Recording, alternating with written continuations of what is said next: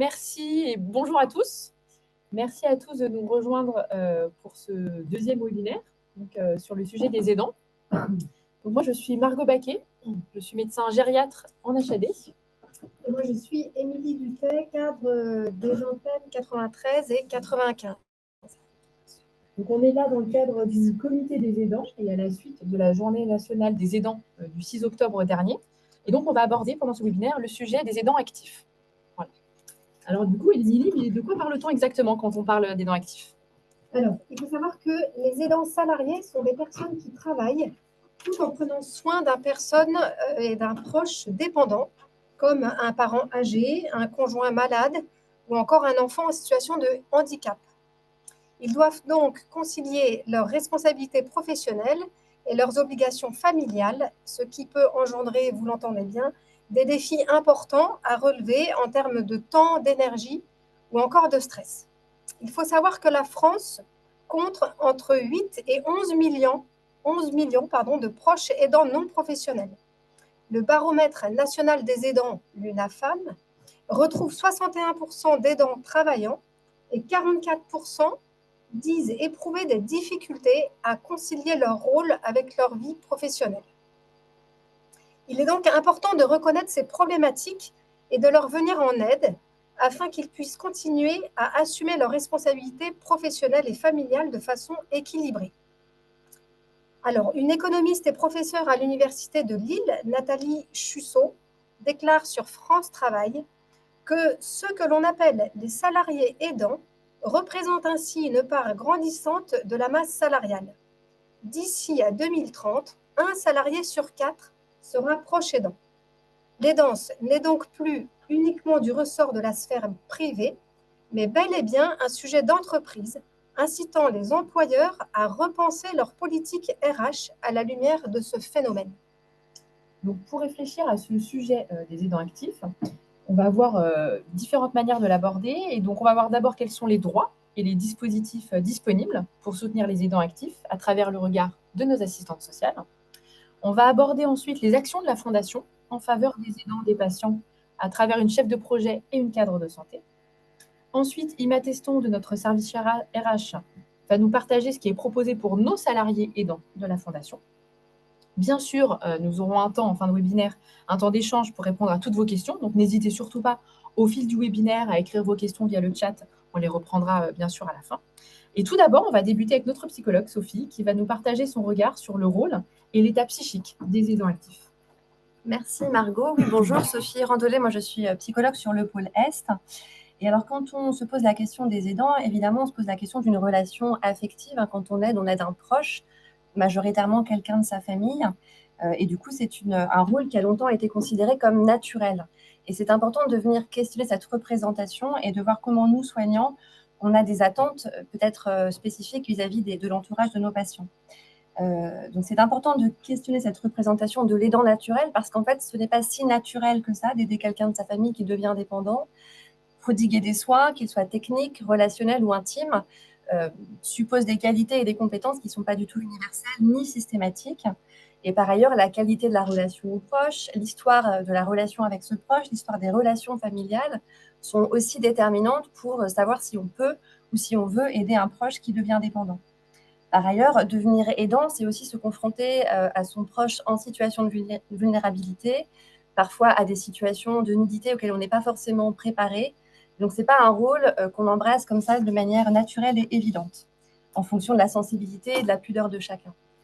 Par ailleurs, être aidant, donc d'une part, ce n'est pas si naturel, d'autre part, ce n'est pas forcément un choix, c'est vraiment la vie, le contexte dans lequel on se retrouve qui fait qu'on devient aidant et qu'on n'a pas d'autre solution.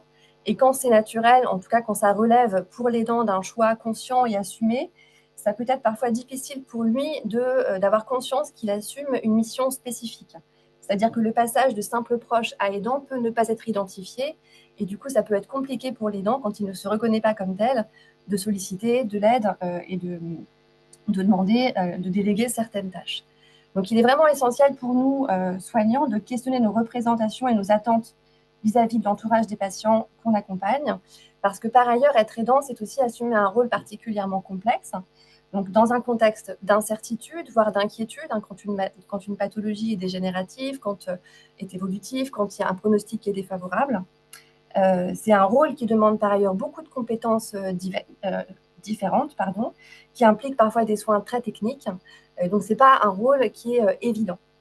Et tous les ingrédients, donc l'incertitude, la responsabilité que l'on assume, la confrontation à la mort et à la maladie, la modification aussi de l'équilibre familial par la rencontre avec la maladie, tous ces ingrédients font qu'être aidant vient mobiliser des émotions particulièrement intenses sur lesquelles on va se pencher dans cette première partie. Donc, on va questionner le vécu de l'aidant de manière générale. Il ne s'agit pas évidemment d'aborder toutes les situations. Chaque situation est singulière. Là, ce que je vais aborder, ce sont des généralités. Et sur l'aidant général, on se penchera juste après sur l'aidant actif. Et pour commencer ce propos, j'aimerais déjà considérer le fait que être aidant, c'est quand même, ça peut être une chance. Déjà, être aidant, c'est assumer un rôle qui va nous obliger à développer beaucoup de compétences, beaucoup de connaissances. C'est ne serait-ce qu'à muscler aussi notre capacité d'adaptation. Le docteur Hélène Rossignol a écrit un livre qui s'appelle « Ma famille, mon job et moi », qui développe justement cette perspective et qui propose de mettre en valeur tout ce que l'expérience d'aidant peut avoir d'enrichissant et de valorisant, y compris dans la vie professionnelle. Par ailleurs, sur le plan émotionnel, être aidant, c'est une expérience riche, intense et qui peut autoriser l'aidant à instaurer un autre type de relation à l'autre et à soi. Ça peut être l'occasion de revisiter ses relations familiales, l'histoire de vie de la personne aidée. De manière générale, la confrontation à la vulnérabilité d'un proche, notamment un proche que l'on aime et que l'on aide, peut permettre de réaménager ses relations aux autres d'une manière plus authentique. Et c'est parfois une chance dans une trajectoire de vie de se retrouver à cette place d'aidant, même quand on ne l'a pas choisi. Ça peut parfois réparer des liens qui étaient distendus ou douloureux. Et donc ces aspects-là un peu positifs, on va dire, ne peuvent pas éclipser évidemment ce que cette expérience peut avoir d'éprouvante. Et on va se pencher là sur ce que l'on peut retrouver de manière, là encore, un peu générale dans le vécu et le comportement des aidants. On peut retrouver chez beaucoup d'aidants le sentiment de culpabilité. Les aidants vont exprimer le fait de ne pas en faire assez, d'avoir l'impression de ne pas être à la hauteur. Un vécu d'impuissance, ils vont pouvoir remuer le ciel et terre, ils n'arriveront jamais à soulager complètement la souffrance de leurs proches. Et une incapacité à être à l'écoute de leurs propres besoins, qui paraîtront toujours moins légitimes, moins importants que les besoins du proche aidé. Et on va observer chez les aidants des comportements qui vont avoir pour fonction comme de se défendre, de retrouver une forme de maîtrise. On parle par exemple de la fuite en avant, qui est une forme d'hyperactivité où l'aidant va être constamment en activité pour éviter de se poser, pour éviter de penser. On peut retrouver aussi chez les aidants une forme de ritualisation du quotidien, avec des aidants qui vont avoir des comportements très rigides, comme pour venir justement compenser un sentiment d'impuissance. Si on fait les choses d'une certaine manière, tout va bien se passer. C'est des aidants qui vont avoir du mal à déléguer évidemment les tâches, puisqu'on ne fera jamais exactement comme eux font. Ce vécu, ce ressenti, ces comportements peuvent entraîner un état d'épuisement physique et psychologique, avec des aidants hyper vigilants, très anxieux, qui vont parfois aussi développer des problèmes somatiques. Enfin, sur le plan relationnel, on peut observer chez certains aidants un isolement social. D'une part, ils n'ont plus beaucoup de temps de voir leurs proches et d'avoir des activités de loisirs. Et puis, il y a aussi quelque chose qui est incommunicable dans la relation, dans la réalité de l'aidant, et du coup, qui va faire qu'ils vont se replier sur eux-mêmes et se retrouver parfois isolés. On va retrouver aussi chez certains aidants un sentiment d'injustice, une forme d'irritabilité à l'égard de leur entourage qui continue à vivre comme avant, et parfois même une agressivité envers le proche aidé, ce qui va venir renforcer aussi leur sentiment de culpabilité. On va se pencher maintenant sur la situation des aidants actifs. Et là encore, pour comprendre quelle place le travail vient prendre dans ce tableau, il faut se poser la question du choix. Est-ce que l'aidant continue à travailler par choix ou parce qu'il y est obligé, notamment pour des raisons économiques? Parce qu'évidemment, ça ne va pas impliquer du tout le même vécu. Quand le fait de continuer à travailler est un choix de l'aidant, le travail peut être un moment de répit, une respiration, où l'aidant va retrouver une forme de normalité. Je pense à des aidants, par exemple, qui n'informent pas leurs collègues de leur situation d'aidant, comme pour avoir un espace de leur vie qui est protégé, où il reste une forme de normalité. Par ailleurs, quand les aidants font un travail où ils ont une reconnaissance, un travail qui est valorisant, ça peut leur permettre de compenser le sentiment d'impuissance, de culpabilité qu'ils ressentent dans leur rôle d'aidant. Mais quand le fait de continuer à travailler n'est pas un choix, que c'est subi, ça peut venir redoubler le vécu d'impuissance, d'autant plus si l'organisation du travail n'est peu ou pas compatible avec le rôle d'aidant. Par ailleurs, au fur et à mesure, le fait de cumuler rôle d'aidant et travail peut devenir compliqué. Les aidants vont souvent exprimer le fait de ne se sentir bien nulle part, d'avoir l'impression de ne pas être à la hauteur ni dans leur rôle d'aidant ni au travail. Au travail, ils vont être parasités par leur inquiétude pour leurs proches. Et quand ils seront auprès de leurs proches, ils se sentiront coupables d'avoir été au travail auparavant.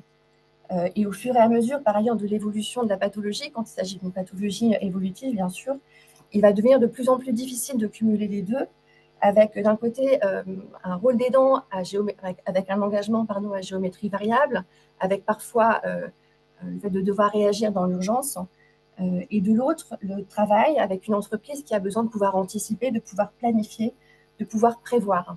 Et du coup, là se pose évidemment la question de la capacité de l'entreprise à s'adapter aux besoins d'un aidant, à les comprendre à partir du moment où elle sait que le salarié, évidemment, est un aidant. Et du coup, et je vais voir une petite purge d'eau. Voilà, quand on est soignant, évidemment, on se pose la question de savoir comment accompagner, comment aider les aidants actifs.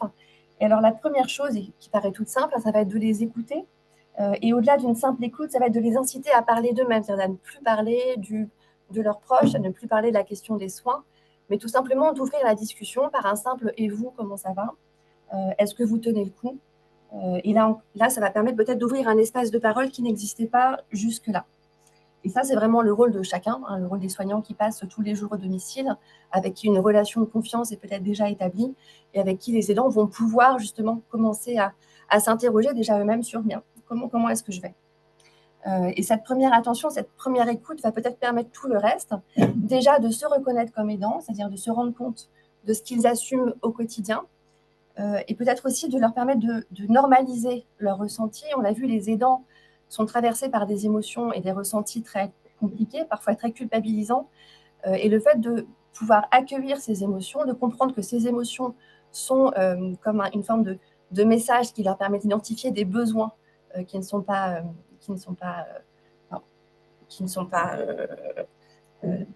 comblés. Merci beaucoup. Ça va être une étape importante. Évidemment, notre rôle aussi, ça va être de repérer l'épuisement des aidants qui va se manifester par des signes psychiques, physiques, cognitifs ou relationnels Ça peut être par exemple ces aidants qui vont vous dire qu'ils ne se rappellent plus de rien, qu'ils n'arrivent plus à se concentrer, des aidants qui ont des sauts d'humeur, qui ont beaucoup d'anxiété, des aidants qui vont être très irritables. Enfin, il y a beaucoup de signes qui permettent de repérer l'épuisement de ces aidants. Et dernière manière d'accompagner les aidants, évidemment, ça va être de les orienter vers des professionnels, que ce soit le ou la psychologue de l'équipe, que ce soit vers l'assistante sociale, évidemment, ou au sein de leur entreprise, d'identifier les personnes ressources qui pourront les aider à trouver les bons dispositifs pour faire en sorte que leur travail soit aussi compatible que possible avec leur rôle d'aidant. Donc, en conclusion, c'est vraiment à nous, soignants, d'être vigilants sur les besoins des aidants, là où eux sont à l'écoute des besoins du patient. À nous également de toujours garder en tête qu'être aidant, c'est une expérience qui est très complexe, à multiples facettes, et que s'il est possible de vivre cette expérience aussi comme une richesse, c'est à condition d'être aidé et soutenu. Donc, je vais laisser maintenant mes collègues assistantes sociales vous présenter toute la complexité que cela peut apporter de l'aide à un aidant, car il faut toujours en passer par une évaluation extrêmement personnalisée. Merci Sophie. Émilie Chevalier, je suis assistante sociale sur le pôle Est. Karine Black, je suis assistante sociale sur le pôle Sud, chef de projet soins de support et bien-être. Pour répondre aux nombreuses difficultés rencontrées par les aidants en activité, comme le risque dû à l'absentéisme, la perte de salaire ou l'épuisement lié au quotidien et professionnel, il existe de multiples dispositifs de soutien sous forme d'allocation financière, ça peut être sous forme de congé, de dédommagement ou encore l'activation des accords d'entreprise. Il est cependant important de prendre en considération que bien souvent, l'aidant ne dispose pas du temps nécessaire ou de l'énergie pour constituer des dossiers administratifs et ne sait pas forcément vers qui se renseigner. C'est là que l'intervention des professionnels du domicile, comme les soignants, médecins, psychologues, diététiciens, IPA, équipe transversale, est importante, voire essentielle.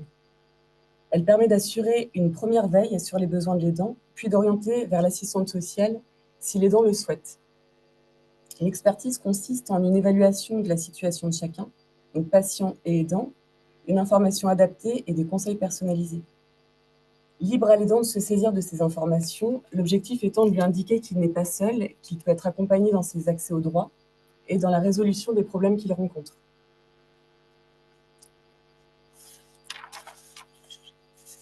Donc, on a voulu vous illustrer une situation, des situations que nous on rencontre régulièrement au quotidien, mais que vous, en tant que soignant, vous rencontrez régulièrement aussi.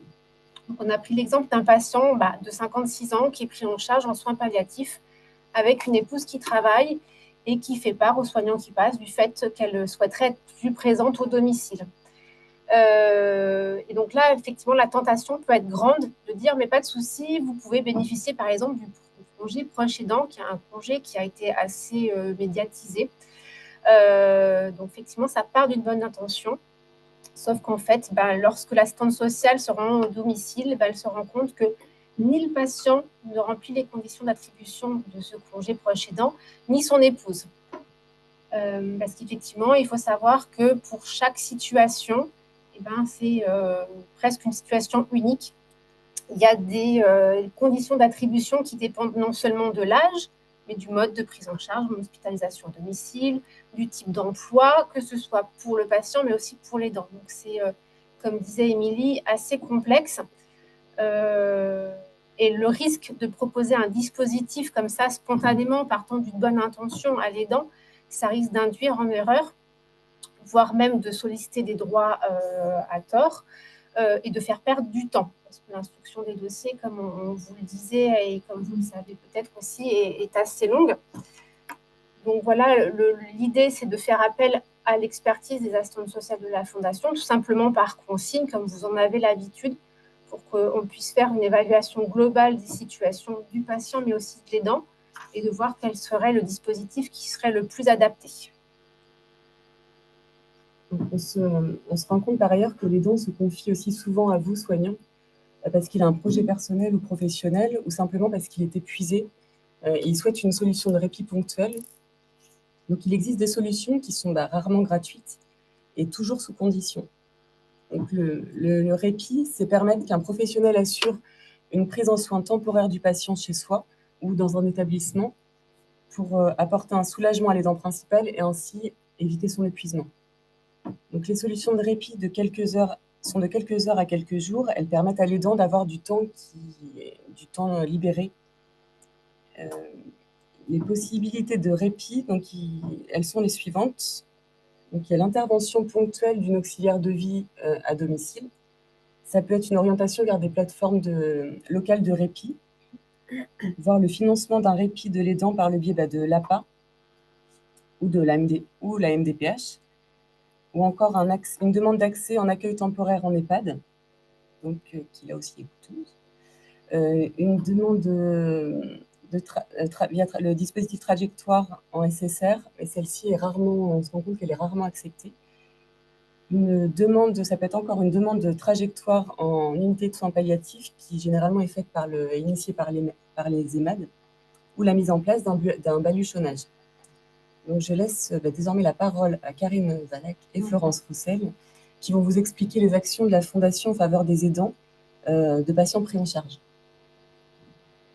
Je vous prie d'excuser Florence Roussel qui est présente parmi nous, mais qui, pour des raisons de santé, ne peut pas s'exprimer aujourd'hui. Donc effectivement, la Fondation a à cœur d'intervenir auprès des aidants. Elle participe notamment à la Journée nationale des aidants, donc c'est quelque chose dont vous avez dû entendre parler en RPP lorsqu'il faut identifier des aidants pour la remise d'une carte cadeau. Il y a aussi des soins de support et bien-être qui sont proposés, comme un atelier de socio-esthétique qui est dédié aux aidantes, qui a lieu 2 fois par an sur Paris. Et les aidantes aussi, après échange en RPP, peuvent bénéficier de séances d'art-thérapie, d'activités physiques adaptées. Et également, les cadres de santé peuvent proposer un temps de toucher relationnel, qui est donc réalisé, ce temps d'1 heure est réalisé par les infirmières ou les aides-soignantes qui sont formées, et donc voilà, qui peut être programmé par le cadre de santé. Il y a également du temps de soins dédié pour l'évaluation de l'aidant qui est en cours de construction, avec notamment la fiche technique qui est en cours de rédaction et qui pourra être programmée notamment pour les aides-soignants. Et également, nous avons la maison numérique des usagers qui est sur le site internet de la Fondation, qui renvoie sur différentes associations auprès desquelles les aidants peuvent trouver des informations, que ce soit soit pour les accompagner dans leur rôle d'aidant, soit sur les différentes pathologies. Et maintenant, je vais laisser la parole à Ima Teston qui va nous parler plus précisément des aidants salariés de la Fondation. Bonjour, Ima Teston, je suis assistante de direction RH et référente handicap pour les salariés. Donc, pour accompagner nos aidants salariés, il existe actuellement des ressources internes au sein de la Fondation qui sont déjà en place. Donc, l'association EPSI qui met à disposition des assistantes sociales du personnel via des permanences mensuelles qui accompagnent les salariés confrontés à une situation d'aidance, notamment via une écoute, une orientation dans les démarches. Également, un service d'écoute psychologique avec l'association SPS est également à disposition 24 heures sur 24 et 7 jours sur 7 via le numéro vert qui s'affiche. Ce dispositif est bien accessible à tous les salariés traversant une situation difficile dans le cadre professionnel ou privé. Il faut également savoir que depuis 2016, la Fondation a mis en place un accord de don de jours de repos entre salariés qui permet aux salariés de donner anonymement des jours de repos à un collègue ayant un enfant gravement malade ou handicapé. Nous avons souhaité aller plus loin en l'adaptant à notre réalité d'établissement de santé à domicile.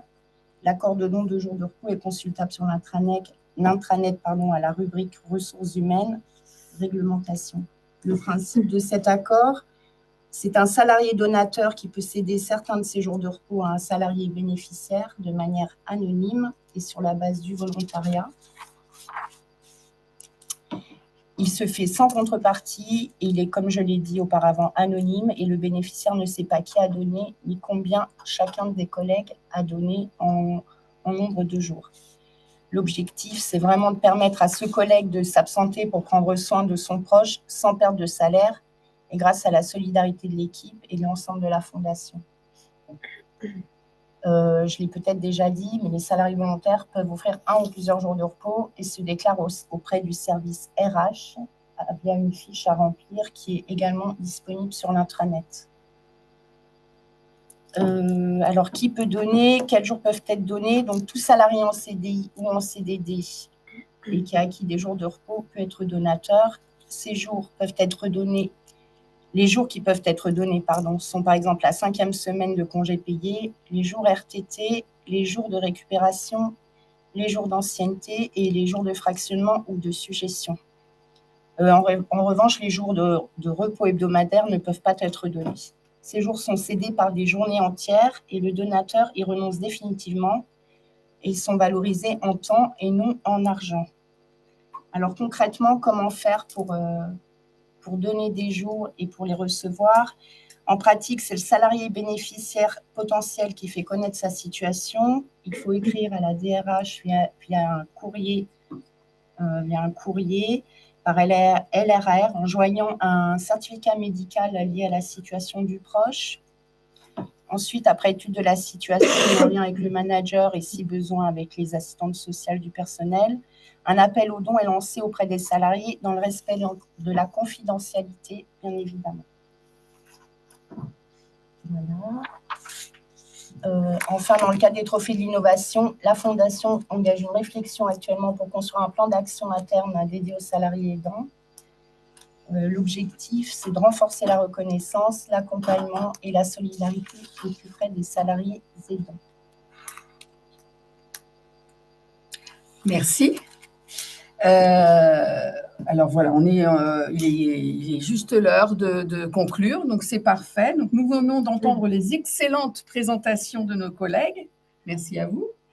Il a été rappelé la définition de l'aidant, les chiffres clés, et rappeler surtout que finalement nous sommes tous concernés, ou serons tous concernés à un moment donné de notre vie, que ce soit professionnellement, évidemment, particulièrement en HAD, en SIAD, et médico-social en général, mais aussi à titre privé. Nous avons entendu le point de vue psychologique, qu'est-ce qui se joue, comment concilier vie professionnelle et vie personnelle lorsqu'on est aidant. L'aidant n'a pas de statut, mais la législation évolue vers une reconnaissance de l'aidant. Les aidants actifs ont maintenant des droits qui restent néanmoins limités et soumis à conditions. La Fondation a la volonté forte d'accompagner les aidants de patients, mais également les aidants salariés de la Fondation. Et vu la démographie future, un véritable défi nous attend. Merci à vous, et je vous rappelle que cette présentation pourra être visible à nouveau en replay dans les jours qui viennent.